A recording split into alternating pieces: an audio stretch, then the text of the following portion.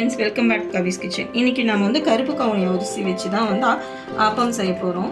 அதுக்கு நான் வந்து இந்த கப்பில் தான் நான் இப்போ எல்லா மெஷர்மெண்ட்டும் எடுத்திருக்கேன். இதில் வந்து 1 கப் பச்சரிசி, 1 கப் கருப்பு கவுனி அரிசி, 1 கைப்பிடி உளுந்து, 1 டீஸ்பூன் வெந்தயம், இது எல்லாத்தையுமே வந்து 5 to 6 ஹவர்ஸ்க்கு வந்து சோக் பண்ணி வச்சுருக்கேன் முதலையே நான். இதை வந்து நம்ம இப்போ மிக்சியில் போட்டு அரைச்சி எடுத்துடலாம்.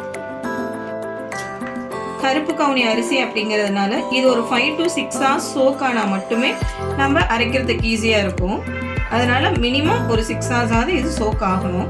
இதை நம்ம மிக்சியில் அரைச்சி இப்போ எடுத்துக்கலாம். நான் மாவு வந்து நல்லா மிக்சியில் நைஸாக இந்த மாதிரி அரைச்சி எடுத்து வச்சுருக்கேன். இது கூட தேவையான உப்பை நம்ம சேர்த்துருவோம். இதுக்கு தேவையான உப்பு சேர்த்து நல்லா மிக்ஸ் பண்ணிவிட்டு 8 ஹவர்ஸ் வந்து நம்ம இதை வந்து புளிக்க விடணும். இதை அப்படியே மூடி வச்சிடலாம். புளிச்சதுக்கப்புறம் அந்த மாவு எப்படி இருக்குங்கிறத நம்ம பார்க்கலாம். நேற்று மாவு அரைச்சி புளிக்க வச்சுருந்தோம் இல்லையா, அது நல்லா எலும்பி வந்துருக்கு. இந்த மாதிரி நல்லா புளிச்சு வந்திருக்கணும். இது கூட ஒரு 1/2 டீஸ்பூன் சுகர் ஆட் பண்ணிக்கிறேன். ப்ளஸ் பால் வந்து ஒரு 1/4 டம்ளர் ஆட் பண்ணிக்கிறேன்.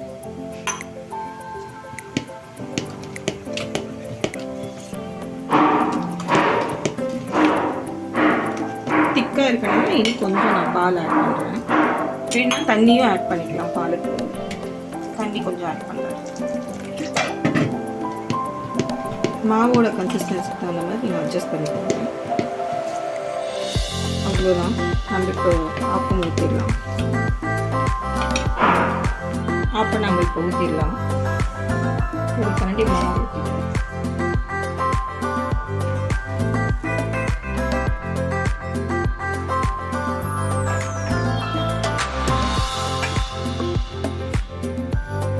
ஒரு 1/4 டீஸ்பூன் எண்ணெய் விட்டுட்டு பாருங்க, உங்களுக்கு இந்த பபுளாக வருது பாருங்கள். இதுதான் உங்களுக்கு மாவு வந்து நல்ல கரெக்டான பதத்துக்கு ஃபர்மெண்ட் ஆகி வந்துருக்குங்கிறது உங்களுக்கு ஐடென்டிஃபிகேஷன். இப்போ நம்ம இதை மூடி வச்சிடலாம்.